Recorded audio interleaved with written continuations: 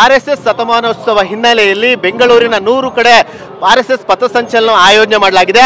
ನಾನೀಗ ಪದ್ಮನಾಭನಗರ ವಿಧಾನಸಭಾ ಕ್ಷೇತ್ರದಲ್ಲಿ ನನ್ನ ಹಿಂಭಾಗದಲ್ಲಿ ನೋಡ್ತಾ ಹೋದ್ರೆ ಆರ್ಎಸ್ಎಸ್ ಪಥಸಂಚಲನ ನಡೀತಾ ಇದೆ. ಈ ಒಂದು ಆರ್ಎಸ್ಎಸ್ ಪಥಸಂಚಲನದಲ್ಲಿ ವಿಪಕ್ಷ ನಾಯಕರಾದ ಆರ್ ಅಶೋಕ್ ಭಾಗಿಯಾಗಿದ್ದಾರೆ, ಪಿಸಿ ಮೋಹನ್ ಭಾಗಿಯಾಗಿದ್ದಾರೆ. ಈ ಒಂದು ಪಥಸಂಚಲನ ಸುಮಾರು 2.5 ಕಿಲೋಮೀಟರ್ ಕೂಡ ವಿಧಾನಸಭಾ ಕ್ಷೇತ್ರದಲ್ಲಿ ನಡೀತಾ ಇದೆ. ಬಿಗಿ ಪೊಲೀಸ್ ಬಂದೋಬಸ್ತಿನಲ್ಲಿ ಈ ಒಂದು ಪಥಸಂಚಲನ ನಡೀತಾ ಇದೆ.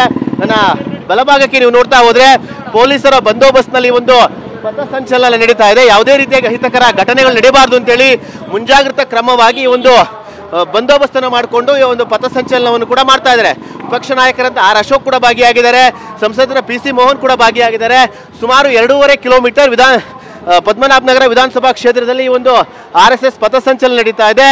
ಈ ಒಂದು ಹಿನ್ನೆಲೆಯಲ್ಲಿ ಸಕಲ ಒಂದು ಬಂದೋಬಸ್ತನ್ನು ಕೂಡ ಈಗಾಗಲೇ ಪೊಲೀಸರು ಕೂಡ ಮಾಡ್ಕೊಂಡಿರುವಂಥದ್ದು. ಯಾವುದೇ ರೀತಿಯಾಗಿ ಅಹಿತಕರ ಘಟನೆಗಳು ನಡೆಯಬಾರ್ದು ಅಂತೇಳಿ ಈ ಒಂದು ಪಥಸಂಚಲನ ಸಾಗುವಂಥ ಜಾಗಗಳಲ್ಲಿ ಬಿಗಿ ಪೊಲೀಸ್ ಬಂದೋಬಸ್ತನ್ನು ಕೂಡ ಮಾಡಿಕೊಳ್ಳಲಾಗಿದೆ.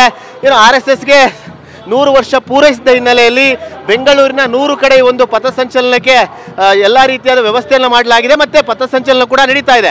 ಅದೇ ರೀತಿಯಾಗಿ ಪದ್ಮನಾಭನಗರ ವಿಧಾನಸಭಾ ಕ್ಷೇತ್ರದಲ್ಲೂ ಕೂಡ ಆರ್ಎಸ್ಎಸ್ ಪಥಸಂಚಲನ ನಡೀತಾ ಇದೆ.